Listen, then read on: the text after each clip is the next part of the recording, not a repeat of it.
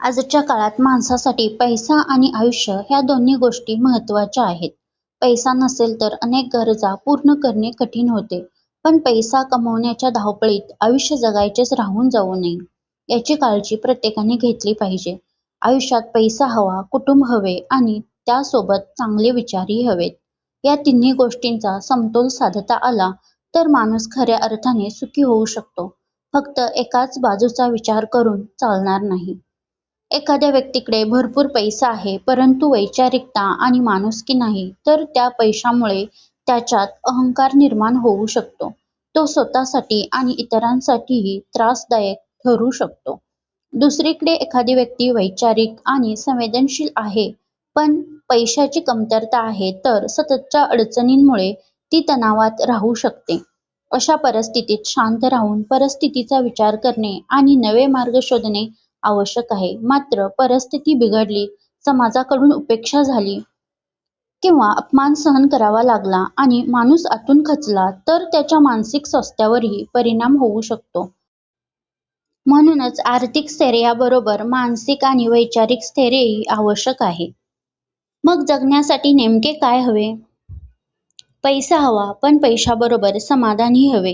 कुटुंब हवे, पण कुटुंबासाठी वेळही हवा. ज्ञान हवे, पण ते केवळ पदवी मिळवण्यापुरते किंवा कौशल्य आत्मसात करण्यापुरते मर्यादित नसावे. ज्ञान म्हणजे केवळ उच्च शिक्षण नव्हे, कोणतेही कला कौशल्य नव्हे, ते तर आपल्या जगण्याचे स्रोत आहेत. ज्ञान म्हणजे जीवन समजून घेण्याची क्षमता, परिस्थिती बदलली तर स्वतःला बदलण्याची तयारी, अपयश आले तर पुन्हा उभे राहण्याची ताकद, दुसऱ्याच्या दुःखाची जाणीव आणि आपल्या आयुष्यातील छोट्या छोट्या गोष्टींचे महत्त्व समजणे, हेही जीवनाचे ज्ञानच आहे. प्रत्येक अनुभव आपल्या आयुष्यातील मोठा ज्ञानस्रोत असतो. पैसा आपल्याला अनेक सुविधा देतो, पण त्या सुविधांचा आनंद घेण्यासाठी वेळ, आरोग्य, माणसे आणि मनशांती आवश्यक असते. म्हणून प्रश्न फक्त पैसा कमवणे महत्त्वाचे की आयुष्य जगणे असा नाही. खरा प्रश्न असा आहे की पैसा कमावताना आपण आयुष्य जगतोय का? कारण शेवटी पैसा हा आयुष्य जगण्यासाठीचे साधन आहे. आयुष्य हे पैसा कमवण्यासाठीचे साधन नाही. आयुष्यात जगण्यासाठी समाधान हवे असेल तर मला वाटते आध्यात्मिकताही तितकीच आवश्यक आहे.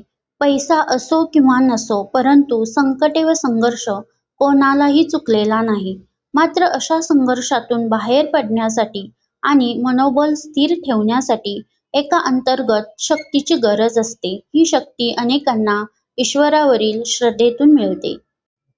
कधी-कधी संपूर्ण जगाने आपल्याकडे पाठ फिरवली तरी परमशक्तीवरील विश्वास माणसाला पुन्हा उभे राहण्याचे बळ देतो.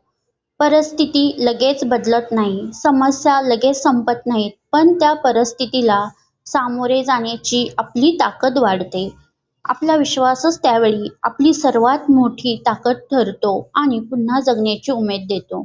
म्हणूनच पैसा आपल्या जीवनातील अनेक गरजा पूर्ण करण्यासाठी मदत करतो, पण समाधान, श्रद्धा, कुटुंब, चांगले विचार, अध्यात्म यांच्याशिवाय केवळ पैशानेच आयुष्य समृद्ध होऊ शकत नाही.